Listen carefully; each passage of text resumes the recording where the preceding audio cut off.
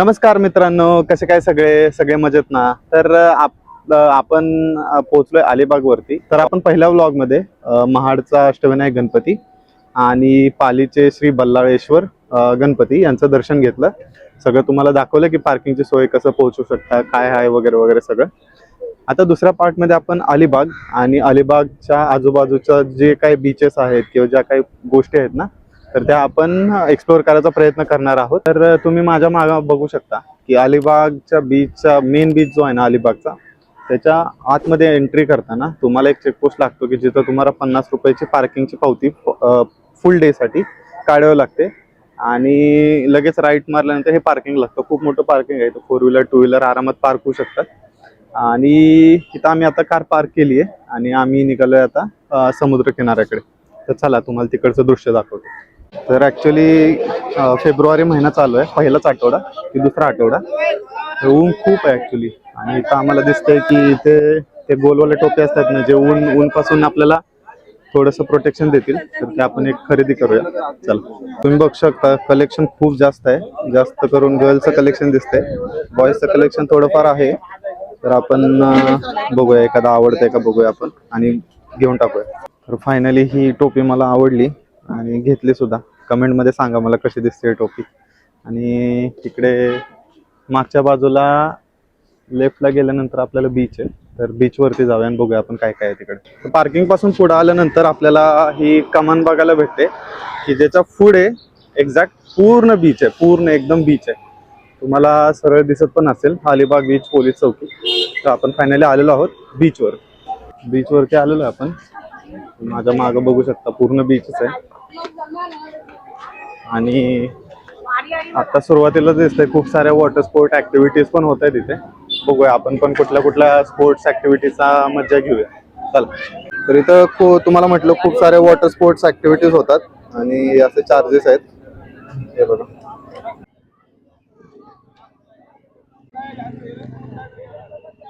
Actually जे water sports activities आहेत ना, ते एवढ्या पीक वरती आहेत की म्हणजे लिटरली इथं म्हणजे थोडंसं मोकळं चालायला जर लागलं तर सगळे लोक विचारतात की राईड घेणार आहे का, राईड घेणार आहे का, हे घ्या ते घ्या. पण छान आहे. तुम्हाला मी जे प्राइजेस आहेत त्या दाखवलेच आहेत ऑलरेडी. तर तुम्ही ते पाहून घ्या आणि मग डिसाईड करा कोणकोणत्या राईड तुम्ही घेऊ शकता इथे आल्यानंतर. हे या साऱ्या वॉटर स्पोर्ट्स ऍक्टिव्हिटीज आहेत आणि फक्त भरपूर तुम्ही एक्सप्लोअर करू शकता इथे. ऍक्च्युली गर्दी पण एवढी जास्त नाही आहे सॅटर्डे असून पण. हे बघा, ऍक्च्युली ते कोलाबा फोर्ट म्हणून पण आहे जिथं आपण बोटने जाऊ शकतो. बघूया आपण तिथं जाता येते का आपल्याला. तुम्ही पाहू शकता की बीच ऍक्च्युली आता टाइम जो आहे ना तो भरतीचा टाइम आहे. आणि ते बोलले की संध्याकाळपर्यंत पाणी पूर्ण बीचच्या एकदम काठापर्यंत येईल, म्हणजे इथपर्यंत. तर मला वाटते 5-5:30 पर्यंतच ह्या राईड चालू असतात मोस्टली. तर फायनली आपण निघालोय कोलाबा बीच वरती. कोलाबा बीच वरती जाण्यासाठी 200 रुपये पर पर्सन पे करून आपल्याला बोट घ्यावी लागते. तर असं आहे, भक्कम परिस्थितीच आहे अजून. ऍक्च्युली 2 बुरुज आहेत, हा एक आणि हा एक. ऍक्च्युली आम्ही अलिबागमध्ये कोलाबा बीच कोलाबा फोर्ट बघितल्यानंतर आम्ही कान्होजी आंग्रे यांची समाधी बघायला गेलो, पण तिथं रिनोव्हेशनचं काम चालू असतं, आम्हाला ते बघता आलं नाही. म्हणून आम्ही पटकन निर्णय घेतला की आपण नागाव बीचला जाऊ. पण त्याआधी म्हटलं जेवलो, कारण जेवलो नाही आम्ही. त्यामुळे खूप सारे हॉटेल्स बंद आहेत आणि ते 4 वाजता बंद झाले. आम्हाला पोहोचायला इथं जवळपास 4:45 वाजले आणि आता 8 वाजेपर्यंत हॉटेल ओपन नसणार आहेत. तर आम्हाला इथे एक नागावमध्ये विभा रेस्टॉरंट म्हणून एक रेस्टॉरंट मिळाले. तर तिथं आम्ही सुरमई थाळी ऑर्डर केलेली आहे. तर ती तुम्हाला दाखवतो की कशी आहे टेस्ट वगैरे वगैरे. ऍक्च्युली तिकडे मागे जेव्हा तुम्ही राईट टर्न घेताना नागाव बीचला पहिला, तर तिथेच कोळीनबाई म्हणून रेस्टॉरंट आहे. तर तेच ऍक्च्युअली रेस्टॉरंट बंद होतं आणि आम्हाला खूप इच्छा होती की तिथं जेऊया आपण, पण आम्हाला चान्स नाही भेटला. तर आता आम्ही रात्रीचा डिनर आहे तो तिथं करायचा विचार करतोय आणि नागावमध्येच आम्ही स्टे करायचा विचार करतोय. तर लेट सी कसं होतंय आता पुढे जाऊन. तर चला. असा काय ॲम्बियन्स आहे विभा रेस्टॉरंटचा. हे बघा, असं एकदम कोकणी ॲम्बियन्स तयार करण्याचा प्रयत्न केलेला आहे. जास्तीत जास्त 8 ते 10 टेबलवाले हे रेस्टॉरंट आहे. आता आम्ही टेस्ट नाही केले, पण टेस्ट केल्यानंतर तुम्हाला नक्की सांगतो की तर टेस्ट कशी आहे. तर फायनली आपली सुरमई थाळी आलेली आहे, तुम्ही बघू शकता. खूप छान दिसते ॲक्च्युली. भरपूर काय काय आहे. आता हे आम्ही टेस्ट करतो आणि तुम्हाला रिव्ह्यू सांगतो व्हिडिओमध्ये. तर जस्ट आम्ही त्या फिश थाळीचा फडशा पडला आणि to be honest average taste होती एकदम, म्हणजे खूप ॲव्हरेज होते. आणि त्यामध्ये तुम्ही बघितलं असेल 2 पीस सुरमई, 2 वाट्या आपले जे काय म्हणतात त्याला, कोळंबी असते ना, तर त्याची ग्रेव्ही किंवा रस्सा म्हटलं तर चालेल, 2 चपात्या आणि थोडासा भात होता. एवढंच होतं आणि त्यासाठी त्यांनी आम्हाला 500 रुपये चार्ज केले. तर तुम्ही इथं जर येणार असेल तर थोडासा विचार करून या, कारण एवढं पण खास अशी टेस्ट नाही. ऑथेंटिक जे म्हणतो ना त्याची टेस्ट काय मिळाली नाही. आम्ही संध्याकाळी आम्ही ते कोळीन डायमंड रेस्टॉरंट आहे ना, तर तिथे जाणार आहोत. तर तिथे कशी टेस्ट भेटते ते बघूया.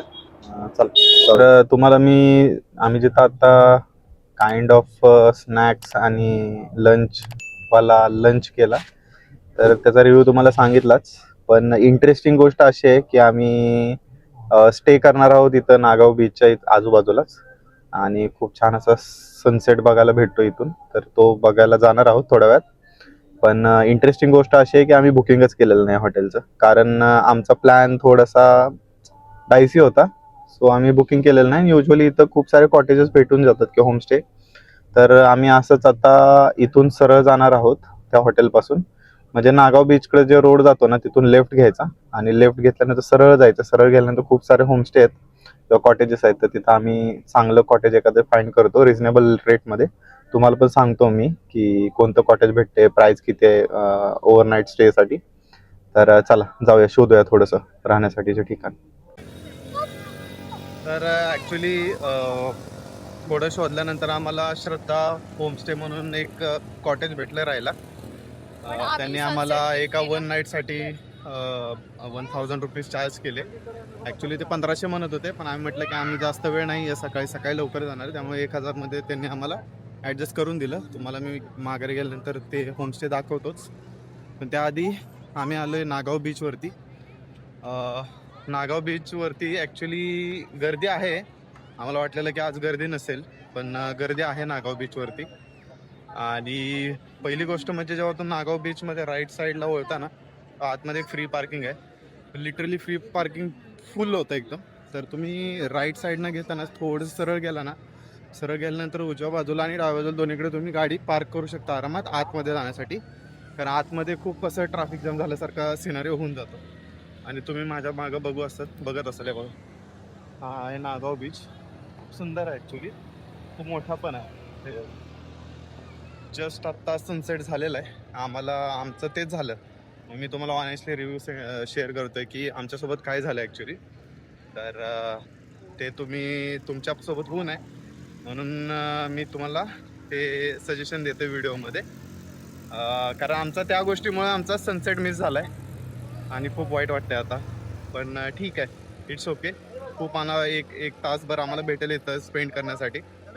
तर चला एन्जॉय करू. तर तुम्ही बघत असाल की जस्ट आत्ता सनसेट झालेला आहे आणि खूप मोठा असा नागाव बीच आहे. जिकडे बघल तिकडेपर्यंत बीचच आहे. हे बघा, हे तुम्हाला दिसत असेल ना, तर मागून एंट्री आहे तिथून मधून. तिकडच्या साईडला पण तेवढाच बीच आहे आणि लेफ्ट साईडला म्हटलं ना तर लेफ्ट साईडला पण तेवढाच बीच आहे. आणि विशेष म्हणजे इथे पण तुम्हाला खूप साऱ्या वॉटर स्पोर्ट्स ॲक्टिव्हिटीज बघायला भेटतील. इथे पण तुम्ही त्याचा आनंद घेऊ शकता ऑब्विसली. ही आहे नागाव बीचची कंडिशन जेव्हा आम्ही सनसेट मिस केला. हा आहे नागावचा बीच, सुंदर शांत, आणि समोर होतोय सनसेट. तर मित्रांनो, आपण नागाव बीच जो आहे तो एक्सप्लोर करून माघारी निघालोय. आणि तुम्हाला मी जे सांगितलं की श्रद्धा होमस्टे, तर त्याच्यासाठी वाट आहे जायला, खूप छोटी वाट आहे. तिथे मेन रोड आहे एकदम मागे, तुम्हाला दिसत असेल. तर तो मेन रोड आहे जो नागाव बीचला जातो. एकदम छोटा रोड आहे आत येण्यासाठी, पण त्यांनी खूप सुंदर केलंय आतमध्ये. तुम्हाला दाखवतोय मी, त्यांनी पूर्ण LED लावलेत, निऑन लाईट. हे समोर पण बघा तुम्ही. त्याने खूप छान असं लाईट्स लावून डेकोरेट केलेलं आहे रस्ता. एवढंच नाही आहे, पुढे पुढे पण दाखवतो तुम्हाला. चला, तर तिथून रस्त्यामधून पुढे आला ना तुम्ही, म्हणजे हे बघा तो कॉर्नर मी तुम्हाला दाखवला ना, तो कॉर्नर आहे, सरळ रोड येतो आणि हा असा होमस्टे G+1 फ्लोअरचाच आहे. डिसेंट आहे, म्हणजे एवढा लक्झरियस नाही आहे, बट तुम्ही जर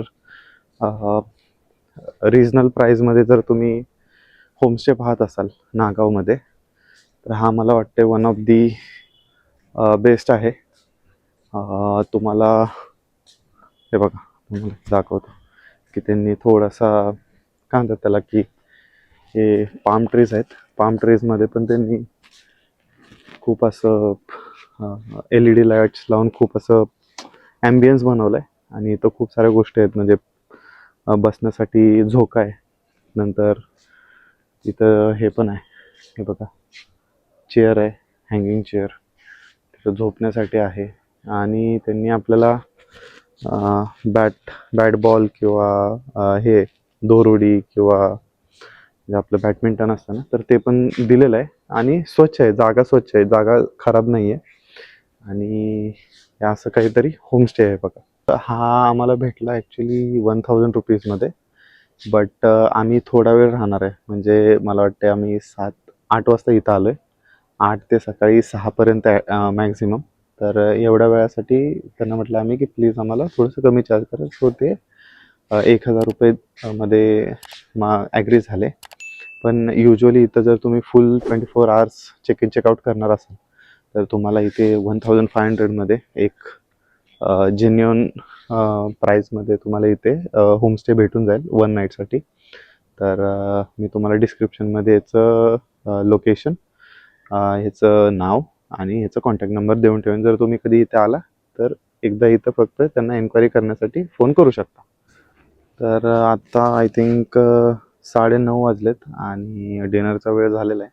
आम्ही थोडंसं इथं एक्सप्लोअर करतो की या भागामध्ये डिनरसाठी कुठल्या छान जागा आहेत, तिथे जाऊन एक्सप्लोअर करून तुम्हाला आम्ही पुढं कळवतो. चला, जसं मी तुम्हाला दुपारी बोललो की आपण एका हॉटेलपाशी आलेलो लंच करण्यासाठी, आणि ते लंच अनफॉर्च्युनेटली 4 वाजता बंद झालेलं. आणि मग आपण ठरवलं की त्या हॉटेलला आपण संध्याकाळी 8 वाजता व्हिजिट करूया. तर तुम्ही माझ्या मागं बघत असाल की कोळीनबाई, की जे खूप पॉप्युलर अशा यूट्यूबर आहेत, आणि त्यांचे म्हणजे खूप जास्त व्हिडिओज बघितले आणि त्यांचे हॉटेल्स पण आहेत स्वतःचे. तर आपण त्यांच्या हॉटेलमध्ये निघालो आज, आणि आपण बघूया की तिथे कसे म्हणजे कोणकोणत्या गोष्टी आहेत, प्राइजेस काय आहेत वगैरे वगैरे. चला, तर अशी एंट्रन्स आहे त्या हॉटेलची, आणि आपल्याला जायचं आहे आतमध्ये. आतमध्ये तुम्ही बघू शकत आहात की ॲम्बियन्स खूप छान आहे ॲक्च्युली. हे बघा, इथे लाईव्ह म्युझिक चालू आहे ॲक्च्युली, तुम्ही ॲम्बियन्स बघू शकता. हे बघा,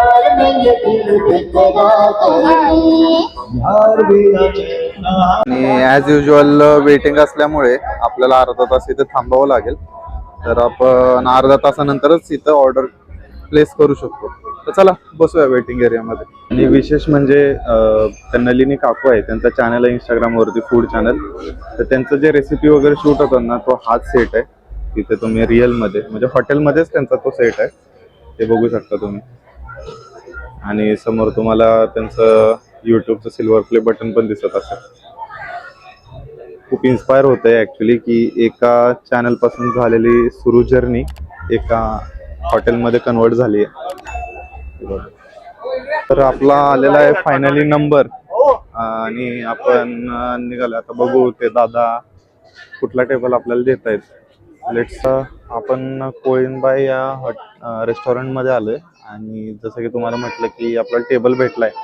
आम्ही पटकन ऑर्डर केली आहे सुरमई थाळी. तर सुरमई थाळी आपण विवा रेस्टॉरंटमध्ये सकाळी खाल्लेली, सकाळी नव्हतं ते, इव्हिनिंगला खाल्लेली. आणि आपण आता इथं करतोय, तर आपण कम्पेअर करूया की 500 रुपयाची सुरमई थाळी जी सकाळी खाल्ली आणि 580 रुपयाची सुरमई थाळी जी आपण कोळीनबाई या रेस्टॉरंटमधून खाते, त्याच्यामध्ये किती फरक आहे, टेस्ट कुठली चांगली आहे. तर तुम्हाला मी ऑनेस्ट रिव्ह्यू देणार आहे. आता फायनली आपली सुरमई थाळी आलेली आहे. तुम्ही बघू शकता की सुरमई थाळीमध्ये एवढ्या गोष्टी आहेत. हा जो आहे तो घवना आहे, हे ग्रेव्ही आहे माशाची, ही सोलकढी, हे सुकट आहे, आणि हा सुरमई आहे. चला आपण आनंद घेऊया. सर आताच आम्ही डिनर करून बाहेर आलो आणि म्हटलं एक ऑनेस्ट रिव्ह्यू द्यावा. तर टू बी ऑनेस्ट टेस्ट अशी एवढी खास नव्हती, म्हणजे वाव अशी काय नव्हती टेस्ट. फिश फ्रेश होता ते मी ॲग्री करतो, आणि फिश फिश छान होता. पण बाकीच्या ज्या गोष्टी होत्या ना, स्पेशली करी, त्याला काहीही टेस्ट नव्हती, फक्त तिखट होतं. आणि प्राईस पण थोडीशी ओव्हर प्राईस आहे, म्हणजे 580 रुपयाला आम्हाला प्लेट मिळाली. तर हा माझा ऑनेस्ट रिव्ह्यू होता. मी हे बोलू शकतो की मला थोडंसं वाव वाटली नाही आहे डिश.